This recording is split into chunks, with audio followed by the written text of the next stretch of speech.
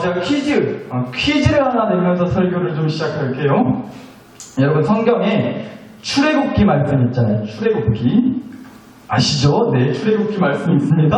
구약성경 가장 맨 처음에 있는 말씀 창세기죠. 그리고 그 창세기 다음으로 두 번째 나오는 출애굽기 말씀이 있는데요. 그 출애굽기 말씀 중에서요, 출애굽기 27장 15절 말씀이 뭐죠?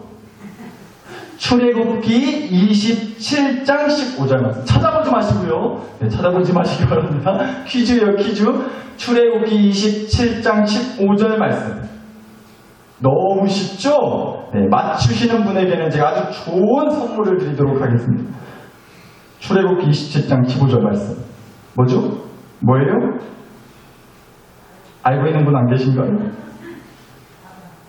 아쉽습니다. 선물 드리려고 했는데 아쉽게도 맞추신 분이 없는 관계로 선물은 다음 기회로 미루도록 하고요. 어떤 선물을 준비했었는지는 나중에 천국 가서 말씀드리도록 할게요. 근데 여러분, 이 출애굽기 27장 15절 말씀, 제가 그냥 어쩌면 농담삼아 퀴즈 드린 것 같지만 혹시 진짜 모르세요? 출애굽기 27장 15절 말씀. 출애굽기 27장 15절. 큰일 났는데요, 이거. 이 말씀을 모르시면 안 되는데. 출애굽기 27장 15절. 모르시겠어요? 근데 여러분, 사실 저도 모릅니다. 출애굽기 27장 15절 말씀이요. 그래도 나름 목사라고 하는 저도 사실 모릅니다. 안 찾아보고 왔어요. 그냥 지금 생각난 거 여쭤본 거예요. 출애굽기 17장 15절? 저도 모르겠습니다. 근데 여러분, 실은 이런 얘기 드리고 싶어서 그랬어요. 우리가 소위요. 믿음 좋다. 신앙생활 참 잘한다. 이런 얘기를 할 때면 믿음이 좋고 신앙생활을 잘한다고 하는 것의 기준이 무슨 성경 말씀을 달달 외우고요. 그래서 누가 성경 어디 몇 장 몇 절 이렇게 북질러고 물어보면 막힘없이 그냥 술술 나오고 기도를 하루 24시간 중에 24시간씩이나 하고 그런 사람들 있잖아요. 거기다가 또 덤으로, 거기다 그것뿐만이 아니라 덤으로 우리는 상상도 할 수 없는 일인데 금식을요, 일주일씩 하고 이래요. 솔직히 우리는 그렇잖아요. 쉬지 말고 기도하라는 말씀은 솔직히 못 지켜도 쉬지 말고 먹으라는 말씀은 어떻게든 받들고 사는데 그렇게 말씀 외우고 기도하고 금식하고 소위 그런 거 열심히 하면 잘하면 믿음 좋다고 신앙생활 잘한다고 우리가 보통 그렇게 말을 하게 되는 것 같아요. 맞습니다. 맞아요. 좋다고요. 너무 훌륭하시고 대단하시고 솔직히 정말 존경스럽기까지 합니다. 왜냐면 솔직히 저도 못 그러거든요. 진짜 박수 쳐드리고 싶어요. 근데 여러분, 오늘 저는 사실 진짜 이 말을 이 얘기를 드리고 싶었어요. 꼭 그런 것만이 믿음 좋고 소위 말하는 그 신앙생활 잘한다의 기준이다? 꼭 그렇지만은 않은 것 같다는 거예요. 그렇지만은 않다는 겁니다. 물론 성경 말씀 많이 외우고 잘 알면 좋죠. 근데 사실 굳이 하나도 모르고 하나도 외우지 못해도 상관없어요. 왜요? 그러려고 성경책이 있는 거예요. 찾아서 보면 되죠. 찾아서 보면 되는 겁니다. 출애굽기 17장 15절 어찌 외우지 못하고 계시냐고 뭐라 할 게 아니라 되려 어찌 그런 걸 외우고 다니냐고 찾아보면 되지. 그러면 되는 거 아니냐고요. 기도도요. 금식도요. 헌금도요. 얼마나 했는지보다 왜 했고 어째서 했고 어떤 마음과 자세로 했는지가 중요하겠다는 겁니다. 그러니까 단순히 뭐를 좀 많이 했고 오래 했고 남들보다 더 했고 물론 대단하신 건 맞는데 그게 꼭 무슨 소위 말하는 믿음 좋다, 신앙생활 잘한다의 기준이자 전부는 절대 아니라는 겁니다. 제가 이렇게 자신있게 말씀을 드릴 수 있는 건요, 목사 명함 딱지 들고 이 자리에 서 있는 제가 사실 말씀도 잘 모르고 기도도 금식도 뭣도 남다리 뜨겁게 하지 않아가지고 어떻게든 빠져나갈 구멍을 만들려고 변명하려고 해서가 절대 아니고요.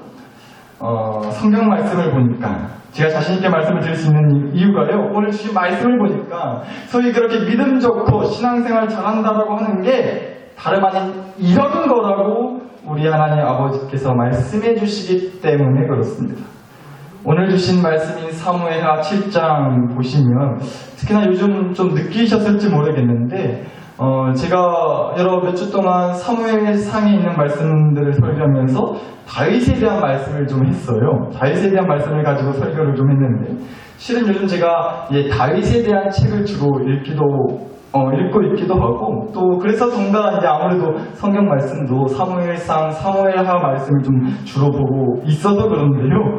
여튼 그래서 이래저래 다윗에 대한 이제 이야기를 묵상을 하면서 다윗의 인생을 놓고 참 많은 생각을 좀 해보게 됐습니다.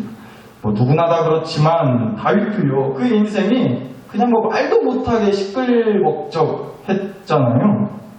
8형제 중에서 막내로 태어났고 아버지 관심 밖에 있던 아들로 처음 성경에 등장했던 그 다윗이요. 그 다음부터 하나님의 기름 부으심을 받아서 신작에 그렇게 왕이 될 사람으로 하나님의 침 발라 놓으셨잖아요. 뭐 그래서 이래저래 골리앗도 때려 눕히고 막 사람들한테 인기도 오고요. 그렇게 잘 나가다 싶었는데 사울 왕의 질투를 받고 죽어라 도망 다녀야만 했던 시간들이 다윗한테 있었단 말이에요.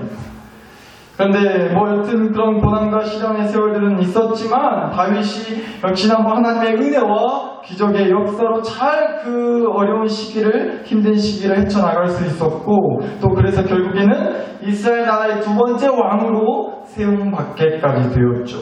또 그러고 나서 왕이 되고 나서도요, 블레셋이라고 하는 나라랑 싸워서 이기고 또 왕으로서 그렇게 인정받고 많은 업적을 남기고 그야말로 승승장구하는 인생을 살게 됐습니다. 그러니까 왕으로서 아주 잘 자리를 잡게 되었다는 거예요. 역시나 뭐 하나님의 은혜의 덕분이었죠. 7장 1절 말씀을 좀 보시면요, 여호와께서 주위의 모든 원수를 무찌르사 다윗 왕으로 궁에 평안히 살게 하신 때에 라고 되어 있습니다. 그러니까 역시나 여호와 하나님께서 다윗의 원수를 모두 무찔러 주시고 다윗에게 왕으로서 궁전에 살면서 평안을 누리며 살 수 있게 해주셨다는 거잖아요. 근데 여러분, 그렇게 다윗이 왕이 되고 나서 그렇게 궁전에 살면서 정말 어땠을까요? 매일같이 좀 감동과 감사의 눈물을 흘리며 보내지 않았겠어요? 앞서 말씀드렸지만 지난 세월 동안 왕이 되기까지 정말로 우리가 흔히 말하는 것처럼 출동팔동 온갖 고생이란 고생은 다 했단 말이에요. 목숨이 간당간당했던 피말 흘리는 그런 시간들이 매일같이 떠오르면서 이제는 마음 편히 2다리 뻗고 누워서 지낼 수 있는 집 한 채 없이 도망다녔던 자기가 이제는 왕이 돼서 그 어떤 집보다 화려하고 좋은 궁전을 갖게 되었으니 그 은혜를 누리게 해주신 하나님께 그야말로 감동하고 감사하며 그렇게 살지 않았겠냐고요. 아무리 감사할 줄 몰라도 이 정도면 당연히 하나님께 감사해야 하는 게 맞는 거죠. 하고도 남을 수밖에 없다는 겁니다. 그래서 역시나 다윗의 마음은 이랬다고 합니다. 그래서 다윗은 이런 마음을 먹게까지 되어 7장 2절 말씀을 보시면 다윗 왕이 선지자 나단에게 이르되 볼지어다 나는 백향목 궁전에 살거늘 하나님의 괴는 휘장 가운데에 있도다 라고 얘기를 해요.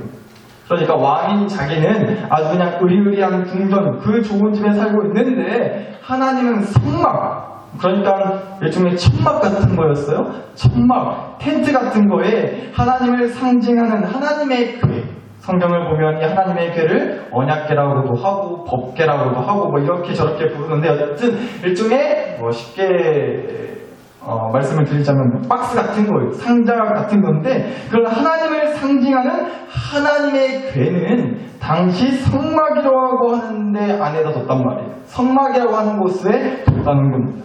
그리고 특별히 성막 안에 지성소라는 방이 하나 있어요. 그 지성소 안에 뒀고요. 그 지성소 입구에는 휘장이라고 하는 지금으로 치면 커튼 같은 게 달려 있어요.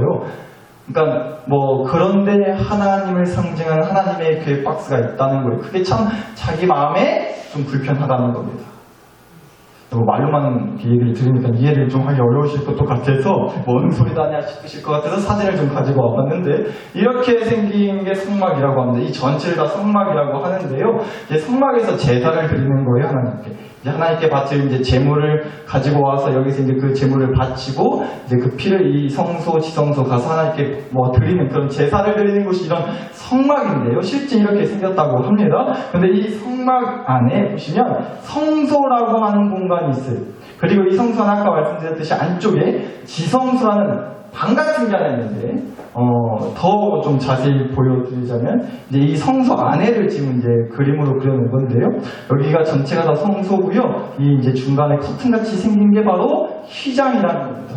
그리고 이 휘장을 이제 지나서 들어가면 여기가 바로 이 공간, 이 방이 바로 지성소인데, 여기 이렇게 보이실지 모르겠는데 이게 바로 하나님의 궤, 언약궤, 법궤라고 하는 겁니다. 이 상자가 곧 하나님을 상징한다고 사람들은 그렇게 여기면서 아주 대단히 중요하게 여겼던 것이 바로 이 하나님의 궤였다는 거예요.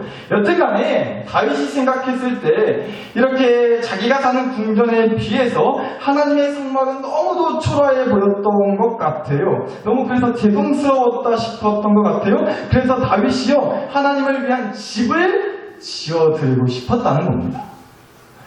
하나님 은혜로 자기는 이렇게나 좋은 궁전에 살게 됐는데 하나님을 위한 집이, 하나님을 위한 건물 하나가 없다는 게 어떻게 말이 되냐고. 이제는 내가 하나님을 위해 얼마든지 화려한 성전을 지어드릴 수 있는 그런 위치가 됐으니까 그렇게 하고 싶다고 말을 했다는 거죠. 그러니까 여러분, 하나님 보실 때 이런 다윗의 마음이, 이런 다윗의 모습이 얼마나 이쁘고 기특하셨겠어요. 그렇죠? 받은 은혜 다 까먹고 입 싹 닫고 그렇게 하는 것이 아니라 하나님을 생각할 줄 알았고요, 하나님께 감사할 줄 알았던 다윗의 마음과 모습이 하나님께서 보실 때 너무나 이쁘고 기특하게 여기지 않으셨겠냐고요. 저는 이거야말로 소위 믿음 좋고 뭐 신앙생활 잘하는 그런 사람의 모습이지 않겠나 싶었습니다. 하나님 앞에서 열심히 말씀 외우고 기도드리고 헌금드리고, 하나님 위해서 제가 이렇게도 했습니다, 이것도 했습니다, 이렇게까지 했습니다 라고 하는 그런 사람들을 우리가 소위 믿음 좋고 신앙생활 잘한다 하는데 다윗이 딱 그랬다는 거예요.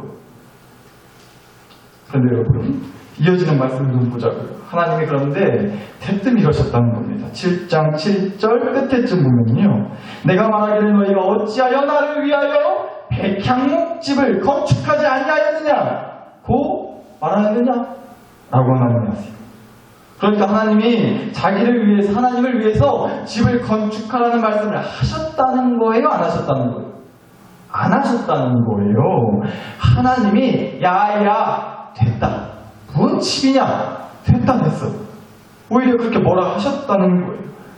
아니, 내가 언제 니네한테 나를 위해서 집을 만들어달라 했느냐, 내가 너네한테 언제 나를 위해 의리의리한 집을 만들어달라고 내가 언제 그렇게 말을 했더냐.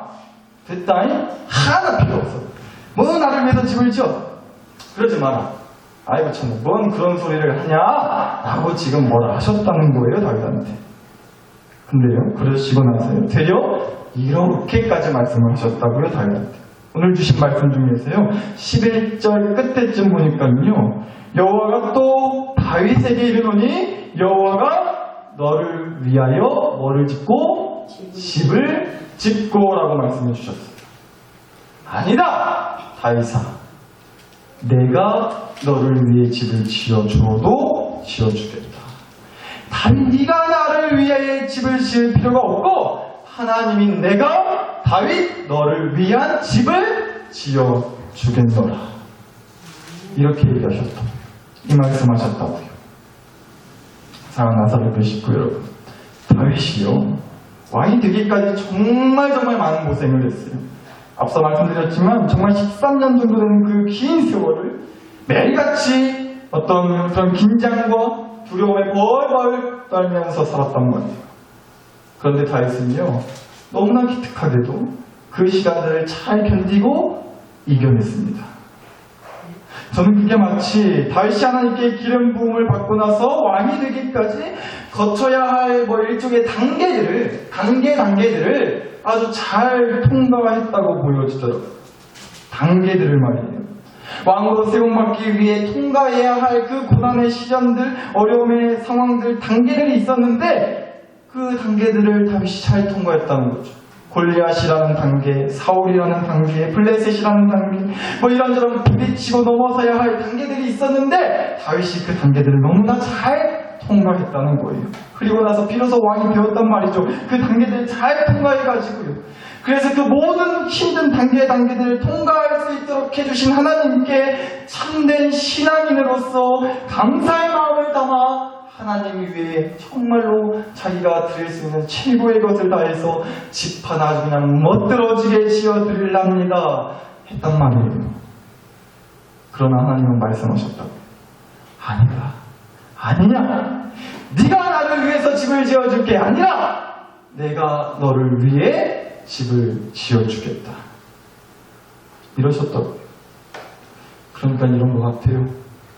진짜 믿음 좋다는 건요, 진짜 신앙생활을 잘한다는 건요, 네가 나를 위해서 뭐를 해야 한다는 게 아니라 내가 너를 위해 뭐를 하는지를 알면 된다는 것이 믿음 좋고 신앙생활 잘하는 사람의 모습이라고 말씀하신다.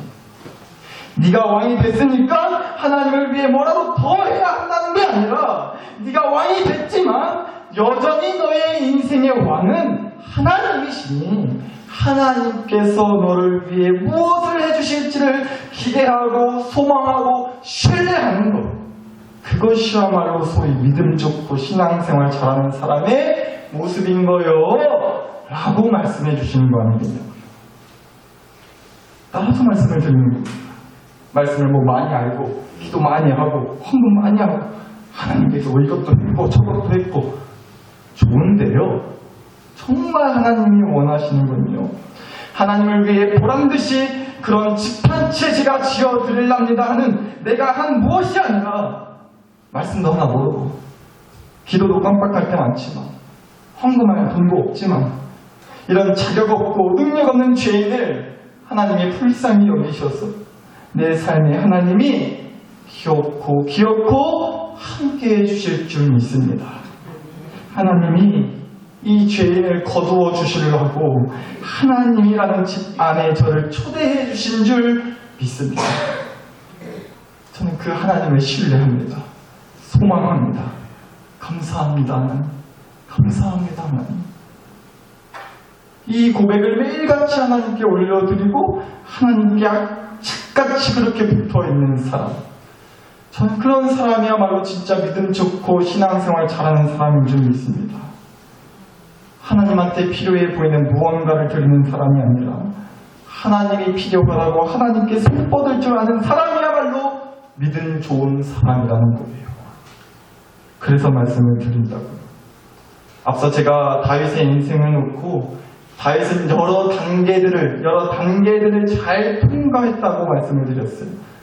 근데 여러분, 가만 놓고 보니까요, 또 이 단계라는 말을요, 거꾸로 읽으면 이렇게 되더라고요. 단계. 거꾸로 읽으면 어떻게 되죠? 계단이 되더라고요. 단계를 거꾸로 읽어보니까 계단이 된다는 겁니다. 여러분, 우리 교회 입구 들어서려면 계단을 몇 개 올라야 되잖아요. 뭐 여러분, 계단 그 몇 개 오르는 것도 다리 아파서 힘들어 하시는 걸 제가 매주 보게 됩니다. 그래서 정말로 빈말이 아니라 정말 너무 마음이 아파요. 그래서 뭐 가끔씩 제가 뭐 농담처럼 들리실지 모르겠지만 우리 성도님, 우리 집사님, 우리 권사님 어버데이가 쓰겄다고 그렇게 말을 하곤 하는데 정말로 그냥 하는 말이 아니라 진심으로 해요. 그 말들을. 아시겠어요? 그러니까 이따 끝날 때 예배 끝나고 말씀을 주시라고요. 드리라니까. 대신 빨리 오셔야 돼요. 한꺼번에 많이 오시면 가위바위보 하실 수 있으니까. 여튼간에 정말로 그래요. 몸을 드시는 분이 삐쩍 꼬라가지고 괜히 엎였다가 자빠지면 안 아팠던 다리마저 아프게 할 것 같다는 그런 눈빛인 것 같은데 정말로 그래요. 근데 여러분 여하튼간에요, 이 단계라는 말을 거꾸로 읽으니까 계단이라는 말이 된다는 겁니다. 그래서 이런 생각해봤어요. 인생이란 그런 거 아니겠냐고요. 수없이 많은 단계들을 거쳐야만 하는 거잖아요. 그리고 그 단계들은 마치 계단들처럼 오르기 전부터 그냥 걱정스러울 때가 많지 않냐고요. 이 계단을 언제 다 올라간다냐. 아이고 다리 아파 죽겠는데 또 계단이냐고. 아직도 한참 남았냐고. 아이고 숨찬다고. 아이고 머리 아프다고.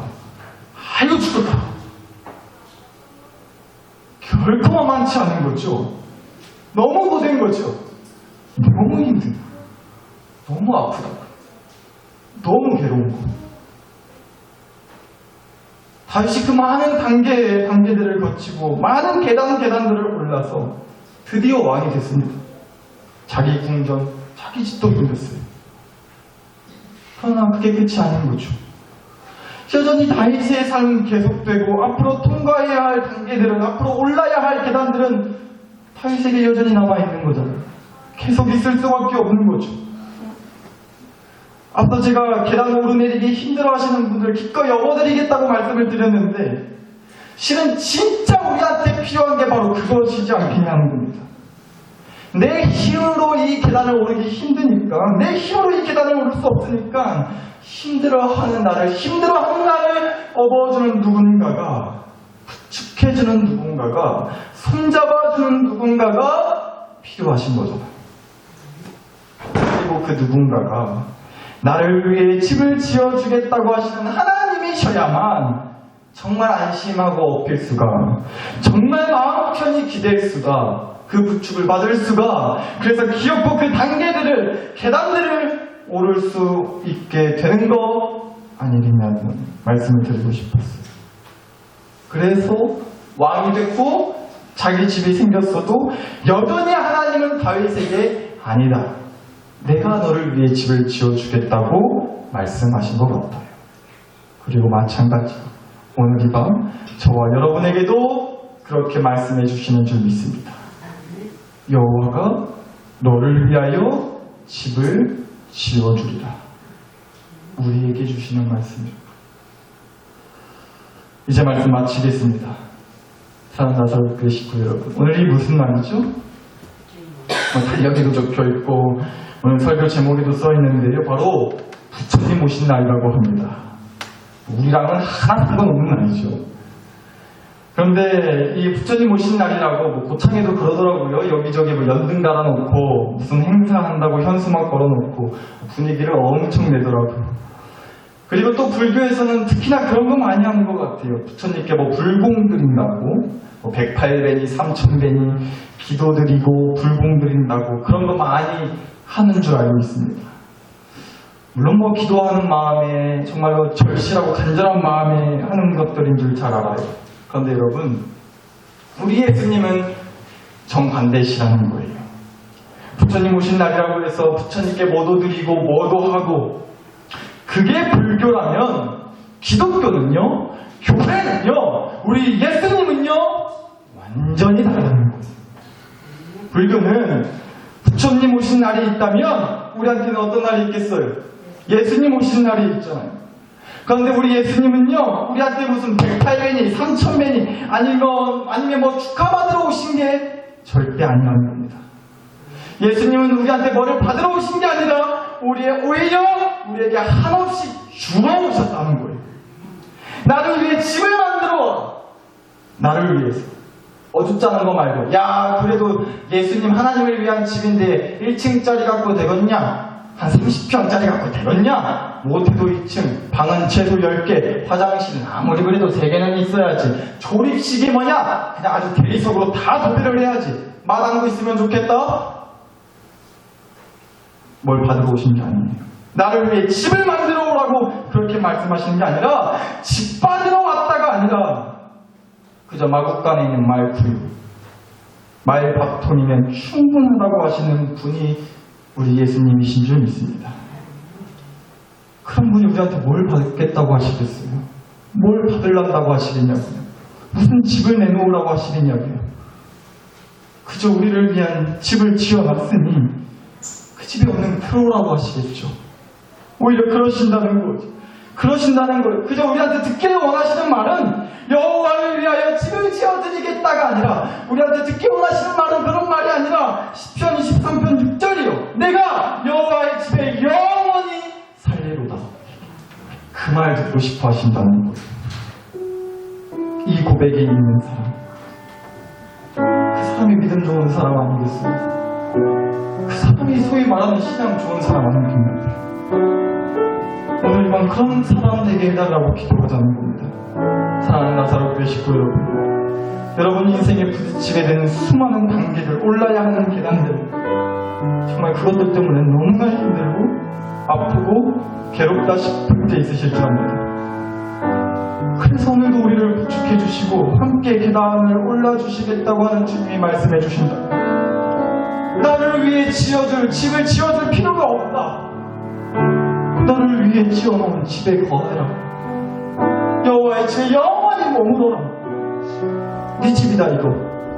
이 집 안에 머물면서 내가 주는 평안과 행복과 기쁨을 좀 누리며 살아라. 그거 주려고 너를 위한 집을 만들어놨다. 여러분, 이 주님의 음성 듣게 해달라고 기도합시다. 그 음성의 믿음으로 아멘하게 해달라고 기도하자. 이 시간 오늘 주신 말씀과 은혜를 안고 여러분 자신과 가정과 교회를 위해 그런 마음으로 간절히 함께 기도 올렸으면 좋겠습니다. 다 함께 마음 모아 함께 간절히 기도 올려드리겠습니다. 함께 기도!